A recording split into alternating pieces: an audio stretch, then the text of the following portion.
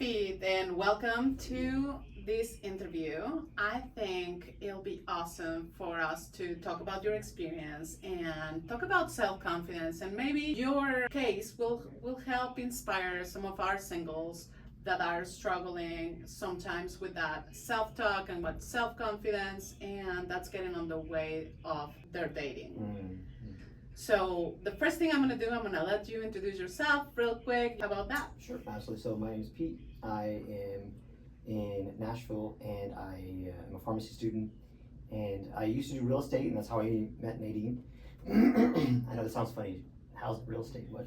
But because of the networking events that we would go to a lot, you were there, and there's people of all walks of life giving their own spiels of their businesses. And so I met you, and I was like, this is an amazing service. This is incredible because I sure as heck don't know what I'm doing. I care more about the results than I do how I look getting there. You know what I'm saying? So like a lot of people will be like, oh, no, I know what I'm doing. I mean, okay, we'll see if you get results for it or not, right? So I saw that and I was like, dude, this is amazing. This is incredible. So and then from there on, started using Nadine for coaching, and honestly, it's helped me, I would say, significantly, and it worth it, 100%. Or do you want to add on to anything or say more? No, we'll get into it. No, that's great. So yes, we met networking, and we're both locals here in Nashville. We both had our own service, and I do a lot of networking just to connect with the community, right, and just to help whoever I can. And I remember we had a one-on-one session, we had a one-on-one, the first just get to know us session. And we started talking. And do you remember what we talked about? Or do you remember at least the topic of what was in your head, or what was your pain back then? Mainly about confidence and the narrative that you play in your head from your past. And, you might say something specific and you see things in life that affirm it, and so it just reinforces it even more. And the worst part is if it's a negative narrative, and how to break that is, I think, super valuable that you taught me, and honestly I just lived with. And that's not to say there's no ups and downs, but just kind of having that in my tool belt was just it's priceless.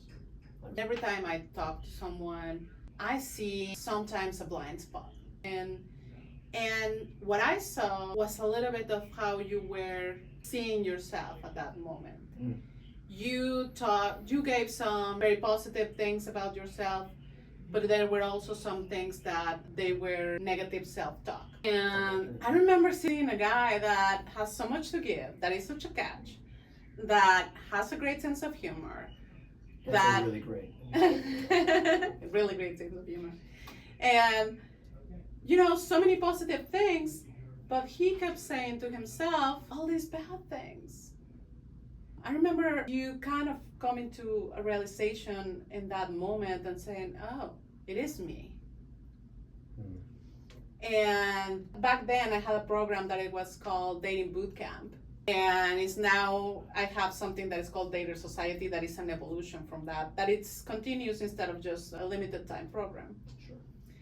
And I remember you showing up to every call and taking notes and absorbing it and taking this home and reflecting on it. Yeah. And you know what? I remember thinking to myself, actually remember that something I thought to myself was, if I just follow this exactly, and and obviously part of it is learning to love yourself, right?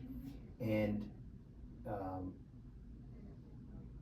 if I follow this exactly, there's no way I can fail. I remember thinking that to myself. So it's a solid blueprint for sure. What started shifting inside?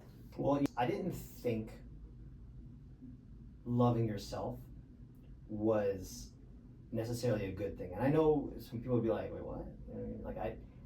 I generally didn't know. I didn't think, because, we're, at least for me, in my background, I'm called to love others, called to love, God, called to love, all these other people. But, and then I saw a verse that said, love your neighbor as yourself. Oh, so yeah, do love yourself, and then love your neighbor just like that, right? So I'm like, well, there you go, right? So that answers my question. And then also, the one of the bigger shifts I would say would be when you and I did our coaching call. But it helped me like reflect and really see the positives in me that I a lot of times just let the negatives like cover. And I can see that there's a lot of value for me to give, even if some people can't see it. And you know what? All of us are walking around with blinders on. All of us are, includes me. All of us are, walking around with certain expectations. That includes me, obviously. And so, yeah, obviously, it's hard to see something when it's right under your nose if it's not what you're expecting.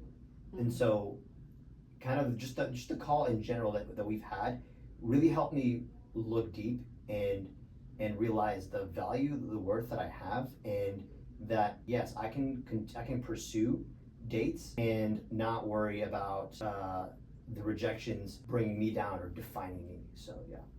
Exactly. I think, and I love the way you put it and the words you use, because I use this with clients all the time, where self-love starts getting cliche when everybody uses it.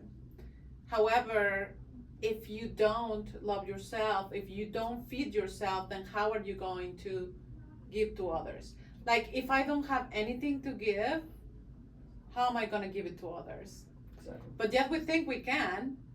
So we actually, one of the things that I saw is you were so capable of love and giving love to someone else, but you were just awkward. Very no, but you were very hesitant to give it to yourself. You weren't giving it to yourself, and that's, I think, one of the main shifts. So I'm glad that you mentioned it, because you started to see, oh yeah, I do have all this value, and I do bring a lot to the table. So why should I be giving my word to this person? They don't know. They don't really know who I am. And if I'm not their person, then that's fine, because I have so much to give. Somebody else would appreciate it, right? Yeah. And what constitutes value for something, right? Like if I see an object right here, like how do I know it's valuable, right? Mm-hmm. It's dependent upon the perceived value of the individual, right? So like if there's a painting and somebody sees it's worth $30,000 and they're willing to cough up that money, then that painting is worth $30,000 to that individual, right? So it's all about like the value given unto it. And so what I realized is that I am so valuable, especially in the eyes of God.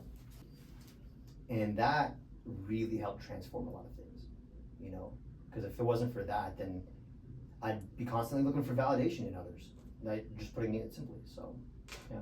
Yes, and that is very common in dating, that we are always looking for validation and we forget to give our own validation.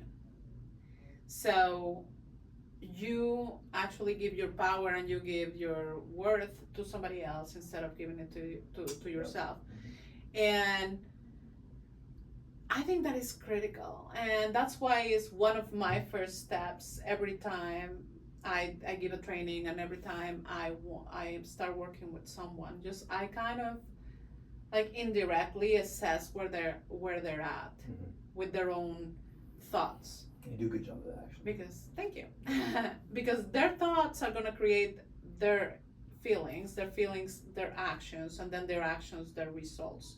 That's my core methodology, and it is learned from several different coaches and books.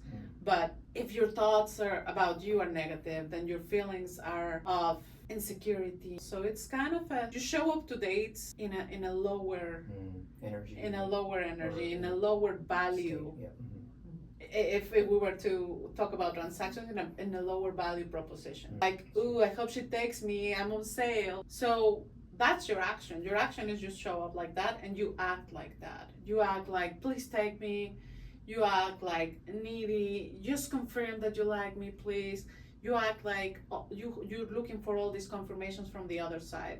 And then your results are probably they don't see your value because you didn't show it. We do all these things that just to please the other one and just to say, hey, yes, I'm valuable, look at me. And then your results are not good, so you go like, I must be bad. So you reinforce your thoughts. Yeah. I might not be attractive, so you reinforce those thoughts. You know what I really think?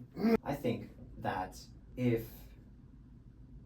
I think we make it too complicated, right? I think if we could just go with the mindset of like, let me just love myself and then have no expectations, but hope, knowing that something's gonna happen in the future, and this is what we talked about earlier today, then I think you'll get there. Because it's not enough to just know like, oh yeah, I know I'm valuable, I know I'm this and that, I have this going for me, whatever. You have to really believe it. Because when you really believe it, what's in your heart is gonna really come out and show in your character. And that's been a big lesson for me. Yes, I totally agree. It is, you really have to believe it, and that's what I stay away from. Just do affirmations and say to the mirror that you're beautiful. No, actually, you sometimes have to just say like, I am something, and I did okay with my hair today. Sometimes you just have to love a little piece of yourself, and then you grow it, and then today I have a really great smile, or today I have this. And little by little is the daily practice, in my opinion, is yes, fully believing it, but to get to fully believe it, you go gradually. So it's not like one day you're like, oh, I'm not good enough, and then the next day you're like, I'm the best. You can't. Yeah. You really can't. You have to work at it, and it's a daily practice. If you try to. Yeah. It's not gonna be fake. I don't want self-love to be fake, and that's how some daters show up. With this fake confidence and they know what to say, they know how to act, but really that's another sign sometimes of insecurity. When you really are confident about who you are and what you bring to the table, and it really doesn't matter how you look like, because you can be attractive in many ways. But going back then, because I just loved how that shift happened, that after that you went to one of my speed dating events. That's right, yeah. And this is how I like to work, you do your mindset work first, and then you have those events where you have the opportunity to test them out. So tell us what happened then. Yeah, absolutely. And I got to a point where, like, mindset wise, that, I knew my worth, and whatever happens, right? And I think that is such a crucial, deep, and so if you are repeatedly loving yourself and you forgive yourself for anything that you've done wrong in the past or something, if you repeatedly do that, then it will genuinely show up, right? And it will come out, and people will see that, and they'll see the genuine you, right? I do not want to be with anybody who's fake, right? But anyways, to get on with the story, I went to this speed dating event, and it was a lot of fun, and I was like, this is a way to really get to know people. It's like, why not, right? So I go over there, and we're sitting at the tables, and we're talking with each person. 4 to 5 minutes, like yeah. And then we rotate tables, right? And we got to meet a lot of different people. And it's important to know that you may not meet anybody significant there, but that's why you keep going. That's why you don't give up. Like, I've heard of stories of people who, because they kept trying, eventually they got somewhere, right? But if you just sit at home all day, like, you know what I'm saying? But whatever you feel called to do. But I would go from table to table, and then at the end, we all just pulled the tables together and had dinner, right, from the restaurant. And that was a lot of fun, and I was talking to the people around me, and this one girl that I thought was really pretty, but personality-wise, it didn't match. And I started seeing myself like trying to make it work, but then I was like, no, let's not do that, because that will never work out in the end, right? So I was like, all right, I'm just gonna chill. So we're eating food, we're having a good time. Everybody leaves. I'm staying back to say thank you to Nadine, which thank you again for that. And it was just me and her at this restaurant from the outside patio. And all of a sudden comes walking in this random beautiful girl. She's from Brazil, and we sat down and we talked, and we found out we went to the same church, sort of like sister churches, and it was like, oh dude, this is amazing. And she was like, oh, how am I gonna get home? And then Nadine, was like, hey, you can go home with Pete. He's solid. He'll take care of you. And which, thank you for that. And so we took her home, and we were just sharing songs, and we were talking, and I could see we were just talking about the city and just life in general, and all kinds of stuff, and I could really feel a connection. It was amazing, and that came out of nowhere. Like that came from none of the participants of the speed dating event, just from somebody that came walking in at the last second.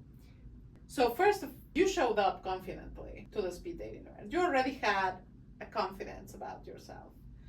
Then you get the opportunity and you say, okay, I'm gonna sacrifice my sleep, I'm gonna stay a little longer, and I'm gonna meet this girl. And I'm gonna give myself a chance to meet this girl.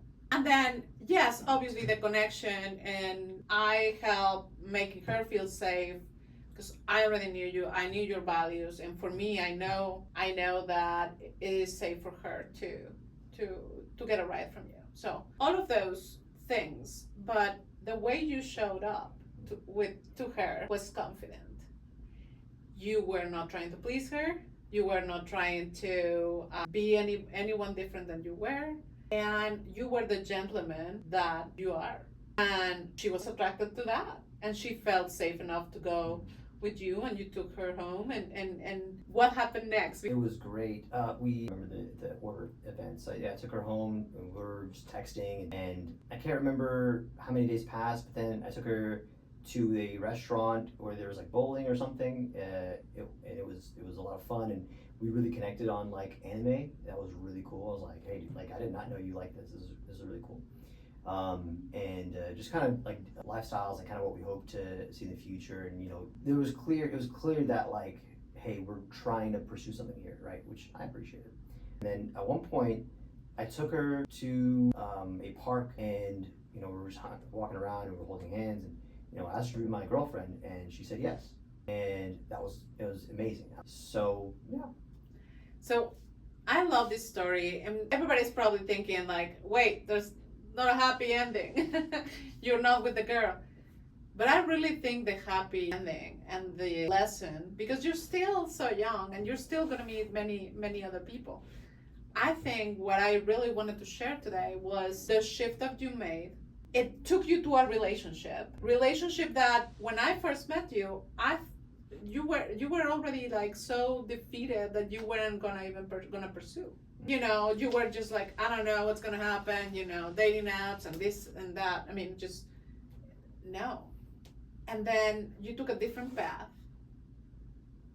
You took a look at yourself inside, and you did different things that gave different results. 100%.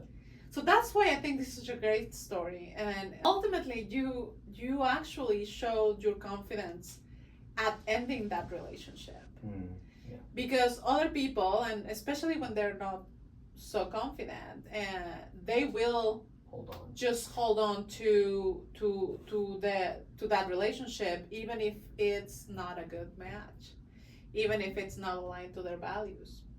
So I think the whole story shows growth and how you grew as a dater, as a person. And I took a lot of lessons from that too, right? So the lessons from there, the lessons from you, and everything, and I'm taking it and going forward, and it's really helping out in a number of life things, especially career-wise. So yeah, it's priceless.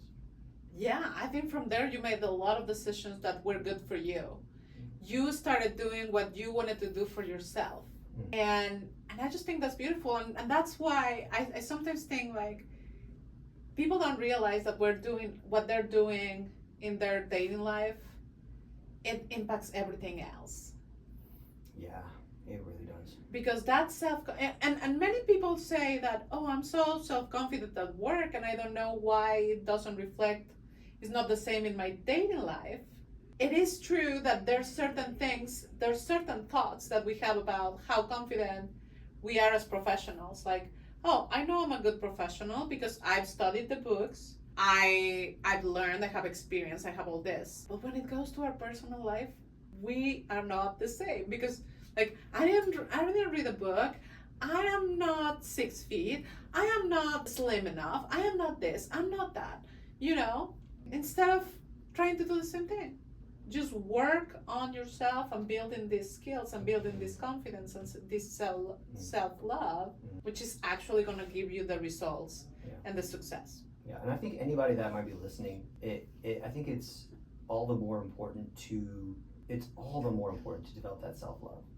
I think it's Like if you find yourself in a spot where you're like, I really don't love myself, and I can see myself showing up, maybe not fully myself, maybe a little fake or whatever, then that will be a moment for you to just reassess and be like, okay, I need to go on a self-love journey, right?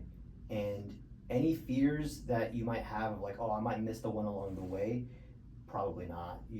Like nobody's gonna be the one until you love yourself. I believe that. Yeah. So. And you're probably gonna have good dates, and you're probably gonna have bad dates. And ultimately, you're not gonna have the relationship. You are not the partner that attracts that relationship. Don't get me wrong, like you can find a partner if you don't love yourself, but is it gonna be the best relationship for you? Is it gonna be one that builds you? Yeah, so that's why I just want to clarify that. Like, yeah, is it gonna be the long lasting? Maybe not. Yeah. So. Well, thank you so much, Pete. I really enjoy talking with you, and every time I talk with you, I feel like you're making so much progress, and you are open. I think one of the things that I love about working with you is that you're always open to seeing those blind spots and working on them and moving forward, and always want to move forward. And that's what I remember of you during that program, that you showed up, you did your homework, you asked the questions, you were really interested in becoming a better person, and I think that's awesome. So ladies, he's not taken yet. So he's working on his own journey, he's working on his career right now. But if you are interested in getting more details, just hit me up.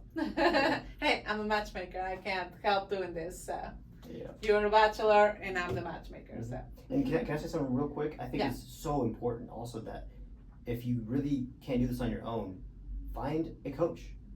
And I think Nadine is a phenomenal coach. Like I wouldn't be where I am today if it wasn't for her, 100%. So yeah, that's like it's priceless. So I just want to say thank you for your help. Oh, thank you, Pete. Thank you for being a good client, and thank you for being open, and thank you for being here and sharing your story with everyone. Well, thanks everyone. If you want to work on yourself, and if you want to experience those shifts and those life-changing moments, join our Dater Society. I have a love lounge hour, and matchmaking is the cherry on top, because I do want you to get relationships, not just dates. So go to matchmakingnashville.com and I'll be waiting.